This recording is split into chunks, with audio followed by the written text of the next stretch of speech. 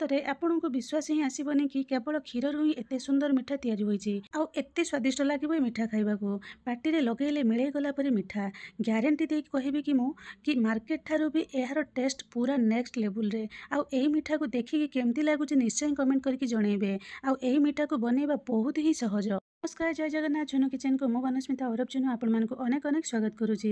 ଏବେ ଦେଖନ୍ତୁ ମୁଁ ଗ୍ୟାସ୍ ଅନ୍ କରିକି ଗୋଟେ କରେଇ ବସେଇ ନେଇଛି, ଟିକେ ମୋଟା କରେଇ ବସେଇଛି। ସେଥିରେ ଦେଖନ୍ତୁ ମୁଁ ଏଠି ହାଫ୍ ଲିଟର କ୍ଷୀର ଦେଇଛି। ଏଠି ଟୋଟାଲ ମୁଁ এই ମିଠାକୁ ତିଆରି କରିବା ପାଇଁ 2 ଲିଟର କ୍ଷୀର ନେଇଛି। ତ ଏଠି ଦେଖନ୍ତୁ ମୁଁ ହାଫ୍ ଲିଟର କ୍ଷୀର ଦେଇଛି। ତ କ୍ଷୀର ଦେଇକି ୟାକୁ ଫୁଟିବା ପାଇଁ କିଛି ସମୟ ଛାଡ଼ିଦେବି। ତ ୟାକୁ ଟିକେ ମାନେ କଡ଼ଛି ଚଲେଇ ଚାଲିବି, କାହିଁକିନା ତଳ ଟିକେ ଲାଗିବନି, ସେଥିପାଇଁ ଟିକେ କଡ଼ଛି ଚଲେଇ ଚାଲିବି ଫୁଟିବା ପର୍ଯ୍ୟନ୍ତ। ତ ଏଠି ଦେଖନ୍ତୁ ଏବେ ଫୁଟିଗଲାଣି ଆମର କ୍ଷୀର। ଏଇ କ୍ଷୀରରୁ ଦେଖନ୍ତୁ ମୁଁ ଗୋଟେ ଛୋଟ ଗିନାରେ ହାଫ୍ ଚାମଚ ମୁଁ ନେଇଛି କ୍ଷୀର। ତ ଟିକେ ଗରମ ଅଛି, ସେଇ କ୍ଷୀରରେ ମୁଁ ଏଠି କ'ଣ କରିବି, କେଶର କିଛି ପକାଇଦେବି, ଯାହାକି ଗରମ କ୍ଷୀରରେ କେଶର ପକାଇଲେ ୟାର କଲର୍ ବହୁତ ବଢ଼ିଆ ଆସିବ ଆଉ ବାସ୍ନା ବି ବହୁତ ବଢ଼ିଆ ଆସିବ। ତ ଏଠି ତାକୁ ମୁଁ ରଖିଦେବି କିଛି ସମୟ ପାଇଁ, ଗୋଟେ ବାହାରେ ରଖିଦେବି ମାନେ ଘୋଡ଼େଇକି। ତ ତାର କଲର୍ ବହୁତ ଭଲ ପଳେଇ ଆସିବ। ଏଇଠି ଦେଖନ୍ତୁ ଆମର କ୍ଷୀର ଭଲସେ ଫୁଟି ହେଇଗଲା ପରେ ତାର ସର ପୁରା ବାନ୍ଧି ଆସିଲାଣି।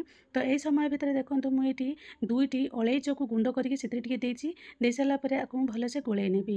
ଦେଖନ୍ତୁ ଏଠି ହାଫ୍ ଲିଟର କ୍ଷୀରରୁ ଆମର ପୁରା ଅଧା ହେଇଗଲାଣି, ପାଖାପାଖି 250 ଗ୍ରାମ କ୍ଷୀର ହେଇଗଲାଣି। ଏଇଠି ଆମର କ୍ଷୀର ବହଳିଆ ହେଇ ଆସିଲାଣି। ତ এই ସମୟ ଭିତରେ ଦେଖନ୍ତୁ ମୁଁ ଚିନି ରଖିଥିଲି, ସେ ଚିନିକି ଦେବି। ଆକୁ ମୁଁ ପେଶିକି ରଖିଥିଲି ଚିନି, ସେଇ ଚିନି ଦେଇଦେଇଛି।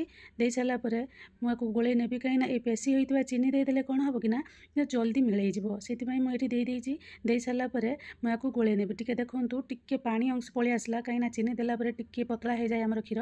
ତ ସେଥିପାଇଁ ମୁଁ ଏଠି କ୍ଷୀର ଆଉ ଟିକେ ଫୁଟିବା ପାଇଁ ଛାଡ଼ିଦେବି। କିଛି ସମୟ ଫୁଟିଗଲା ପରେ ଦେଖନ୍ତୁ 5ରୁ 10 ମିନିଟ୍ ପାଖାପାଖି ଫୁଟିଗଲା ପରେ ଆମର କ୍ଷୀର ପୁଣି ବହଳିଆ ହେଇଯିବ। ଦେଖନ୍ତୁ ଆମର ଏ କ୍ଷୀର ଫୁଟିଗଲା ପରେ ଦେଖନ୍ତୁ କେତେ ବଢ଼ିଆ ସେ ପୁରା ଲହୁଣୀ ପଳେଇ ଆସିଛି। ତ ଏ କ୍ଷୀର ବହୁତ ବଢ଼ିଆ କ୍ଷୀର। ତ ମୁଁ ପିଓର ଗାଈ କ୍ଷୀର ନେଇଥିଲି, ସେଥିପାଇଁ ୟାର ବହୁତ ବଢ଼ିଆ ସୁନ୍ଦର ପଳେଇ ଆସିଛି ପୁରା ଲହୁଣୀ ଅଂଶ। ତ ଏଇଠି ଦେଖନ୍ତୁ ମୁଁ ଏଠି ଟିକେ ଆଉ ଟିକେ ବହଳିଆ କରିବା ପାଇଁ ମୁଁ ଏଠି କ୍ଷୀର ଗୁଣ୍ଡ ଦେଇଛି। ବିଭିନ୍ନ ପ୍ରକାରର କ୍ଷୀର ଗୁଣ୍ଡ ମିଳୁଛି, ସେଇ ଗୁଣ୍ଡକୁ ବି ଆପଣ ୟୁଜ୍ କରିପାରିବେ, ନହେଲେ ବି ଏଠି ସ୍କିପ୍ କରିପାରିବେ, ନଦେଲେ ବି ଚଳିବ, କିନ୍ତୁ ଦେଲେ ଟିକେ ଭଲ ଲାଗିବ। ତ ମୁଁ ସେଇଠି ଦେଇଦେଇଛି। ଦେଇକି ୟାକୁ ଭଲସେ ମୁଁ ଗୋଳେଇ ନେଇଛି, ତାକି ଯାହାକି ଗେଟା ରହିବନି। ତ ଏଠି ଦେଖନ୍ତୁ ମୁଁ ଆଉ ଯେଉଁ 1.5 ଲିଟର କ୍ଷୀର ରଖିଥିଲି, ସେ କ୍ଷୀରରେ ମୁଁ ଛେନା କରିନେଇଥିଲି। ସେ ଛେନାକୁ ଟିକେ ଗଦୁକସ କରିନେଇଥିଲି, ଯାହାକି ଆମର ମାନେ ବଡ଼ ଗେଟା ଅଂଶ ରହିବନି, ସେଥିପାଇଁ ଗଦୁକସ କରିନେଇଥିଲି। ତ କରିକି ମୁଁ ୟାକୁ ଦେଇଦେଇଛି। ଦେଇସାରିଲା ପରେ ଆକୁ ମୁଁ ଭଲସେ ଗୋଳେଇ ନେବି, ଯାହାକି ଆମର ଛେନା ଗୁଡ଼ିକ ସବୁ ଭଲସେ ଗୋଳେଇଯିବ। ଏଠି ଦେଖନ୍ତୁ ଆଉ ଗୋଟେ ବଢ଼ିଆ ଜିନିଷ ଦେଇଛି ଯେ କ୍ଷୀର ସର। ମୁଁ ଫ୍ରେଶ୍ କ୍ଷୀର ସର ରଖିଥିଲି, ସେଇ କ୍ଷୀର ସର ଏଥିରେ ଦେଇଦେଇଛି। ଦେଲେ ୟାର କ'ଣ ହେବ ନା ବହୁତ ବଢ଼ିଆ ଟେଷ୍ଟ ଆସିବ, ପୁରା ମାନେ କ୍ରିମି କ୍ରିମି ଲାଗିବ। ତ ଏଠି ଦେଖନ୍ତୁ ବଢ଼ିଆ ସେ ମୁଁ ଗୋଳେଇ ନେଇଛି। କିଛି ସମୟ ଫୁଟିବ, ୟାକୁ ଫୁଟିବା ପାଇଁ ଏ ଯେଉଁ ଛେନାର ଯେଉଁ ପାଣି ଅଂଶ ହେଲା କି ଆମର ଯେଉଁ କ୍ଷୀରର ଯେଉଁ ପାଣି ଅଂଶ ଥିଲା, ସେଇ ଅଂଶ ଗୁଡ଼ାକ ଶୁଖିବା ପାଇଁ କିଛି ସମୟ କଣ୍ଟିନ୍ୟୁଅସଲି ଗୋଳେଇ ଚାଲିବେ। କ୍ଷୀରରେ ଯେତେବେଳେ ଛେନା ଦେଇଦେବେ ନା, ଫୁଟିବା ଆରମ୍ଭ ହେଇଯିବ ଆଉ ବହୁତ ଛିଟା ଛାଟିବ। ସେଥିପାଇଁ ଦେଖନ୍ତୁ ମୁଁ ଏଇଠି ଗୋଟେ ଘୋଡ଼ଣୀ ଆଗରେ ରଖିଦେଇଛି। ତ ରଖି ସାରିଲା ପରେ ଦେଖନ୍ତୁ ମୁଁ ଗୋଳଉଛି, କାହିଁକିନା ଏ ଛିଟା ଗୁଡ଼ାକ ଡାଇରେକ୍ଟ ମୁହଁରେ ପଡ଼ିବ, ଫୋଟକା ହେଇଯିବ, ବି ହାତରେ ବି ପଡ଼ିବ, ଚଲେଇବା ପାଇଁ ବହୁତ କଷ୍ଟ ହେବ। ସେଥିପାଇଁ ମୁଁ ଏଠି ଘୋଡ଼ଣୀ ରଖିଛି, ରଖିକି ଗୋଳଉଛି। ତ ଏଇଠି ଦେଖନ୍ତୁ ମୁଁ କିଛି ସମୟ ଗୋଳେଇ ସାରିଲା ପରେ, ହଁ ଏଇଠି ଗୋଟେ କଥା କହିବି, ଏଇଠି ଗ୍ୟାସ୍ର ଫ୍ଲେମ୍ ଟିକେ ହାଇରେ ରଖିବେ, କାହିଁକିନା ଗ୍ୟାସ୍ ଫ୍ଲେମ୍ ଟିକେ ହାଇରେ ରଖିଲେ ଜଲ୍ଦି ଫୁଟିଯିବ, ଆମର ଛିଟାଟା ବି ବନ୍ଦ ହେଇଯିବ। ତ ଏଇଠି ଦେଖନ୍ତୁ ଆମର ଛିଟା ବି ବନ୍ଦ ହେଇଗଲାଣି, ଆମର ବି ବହଳିଆ ହେଇ ଆସିଲାଣି। ଦେଖନ୍ତୁ ଆଉ 1-2 ମିନିଟ୍ ପାଖାପାଖି ଟିକେ ଫୁଟେଇଲେ ଆମର ହେଇଯିବ। ତ ଏଇଠି ଦେଖନ୍ତୁ ଆମର ବଢ଼ିଆ ସେ ଦେଖନ୍ତୁ ଏଇଠି କେତେ ପତଳା ଥିଲା, ଏଇଠି କେତେ ମୋଟା ହେଇ ଆସିଲାଣି। ଆଉ ଟିକେ ଫୁଟେଇ ଦେଲେ ଆମର ହେଇଯିବ। ଟୋଟାଲ ଏଇଠି ମୋର 20 ମିନିଟ୍ ଲାଗିଲା ଏଇ ମିଠାକୁ ତିଆରି କରିବା ପାଇଁ। ଏଇଠି ଆପଣମାନଙ୍କୁ ସବୁଥର ଭଳି ଆଜି ବି କହିବି, ମୋର ଯଦି ଏଇ ରେସିପିର ଭିଡ଼ିଓଟି ଭଲ ଲାଗୁଥାଏ ତ ଲାଇକ୍ କରିବେ, ସେୟାର କରିବେ। ଆଉ ଯଦି ମୋ ଚ୍ୟାନେଲକୁ ସବସ୍କ୍ରାଇବ୍ କରିନଥିବେ ତାହେଲେ ପ୍ଲିଜ୍ ସବସ୍କ୍ରାଇବ୍ କରିନେବେ।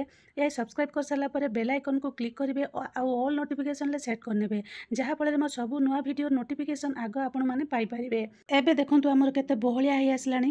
ତ ଆକୁ ଆମେ ଥଣ୍ଡା କରିଦେଲେ ଏ ଆଉ ଟିକିଏ ବହଳିଆ ହେଇଯିବ। ତ এই ସମୟ ଭିତରେ ଆମେ ଗ୍ୟାସ୍କୁ ବନ୍ଦ କରିଦେବା। ବନ୍ଦ କରିକି ଟିକେ ଥଣ୍ଡା କରିବା ପର୍ଯ୍ୟନ୍ତ ଆମେ ଟିକେ ହାଲକା ଗୋଳେଇ ଚାଲିବା। ତ ଏଠି ଦେଖନ୍ତୁ ହାଲକା ଟିକେ ଗୋଳେଇ ଚାଲିଲା ପରେ ଟିକେ ୟାର ଯେତିକି ଗରମ ଅଛି ଆମର କଢ଼େଇ, ସେତିକି ସମୟ ଭିତରେ ଆମର ପାଣି ଅଂଶ କମିଯିବ। ଏହି ମିଠାଟି ଯଦି ଆପଣ ପ୍ରଥମ ଥର ବନାଉଛନ୍ତି ନା, ତା ବି ଆପଣଙ୍କର ପରଫେକ୍ଟ ବନେଇ ପାରିବ।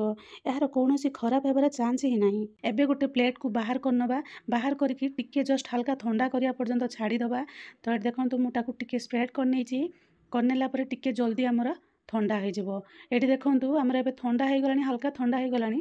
ଏଇଠି ହାତକୁ ଶୋହିଲା ଭଳିଆ ଗରମ ଅଛି। ତ ଆମର ଦେଖନ୍ତୁ ଯେ ବେଶୀ ଥଣ୍ଡା ହେଇଗଲେ ଆମର ଟାଇଟ୍ ବନିବନି। ତ ଆମେ ଏଇଭଳି ଭାବରେ ଟିକିଏ ଗରମ ଥିବ, ଜଷ୍ଟ ହାଲକା ଗରମ ଥିବ, ତାକୁ ଆମେ ଗୋଲ ଗୋଲ କରି ଚାଲିବା। ଦେଖନ୍ତୁ ମୁଁ ଗୋଟେ ପ୍ଲେଟ୍‌ରେ ରଖିଦଉଛି।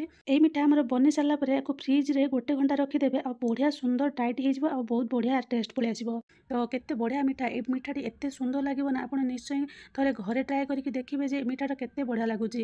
ମୁଁ ଆଜି କହୁଛି ବୋଲି ଆପଣ ବିଶ୍ୱାସ କରିବେନି, କି ଆପଣ ନିଜେ ଖାଇକି ବି ଟେଷ୍ଟ କରିକି ଦେଖିବେ ଯେ କେତେ ବଢ଼ିଆ ଲାଗୁଛି।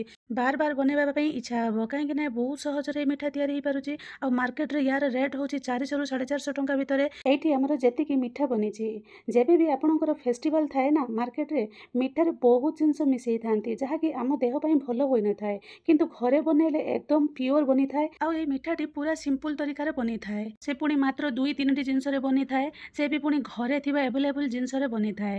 ତ ଏଇଠି ଦେଖନ୍ତୁ, ଏଇ ମିଠାରେ ଯେଉଁ କେଶରକୁ ରଖିଥିଲି କ୍ଷୀରରେ ଭିଜେଇକି, ସେ କେଶରକୁ ଟିକେ ଟିକେ ଦେଇଦେଇଛି। ଦେଖିବାକୁ ଦେଖନ୍ତୁ କେତେ ଆଟ୍ରାକ୍ଟିଭ ଲାଗୁଛି ଆଉ କେତେ ବଢ଼ିଆ ଦେଖାଯାଉଛି ଦେଖନ୍ତୁ। ଆଉ ଏ ମିଠାରେ ଯେଉଁ କେଶର ଦେଲା ପରେ ଆର ଟେଷ୍ଟ ଟିକେ ବହୁତ ବଢ଼ିଆ ଆସିବ। କୌଣସି ଲୋକ ଦେଖିକି ହିଁ କହିପାରିବେନି କି ଏ ମିଠା ଘରେ ତିଆରି ହୋଇଛି ବୋଲି।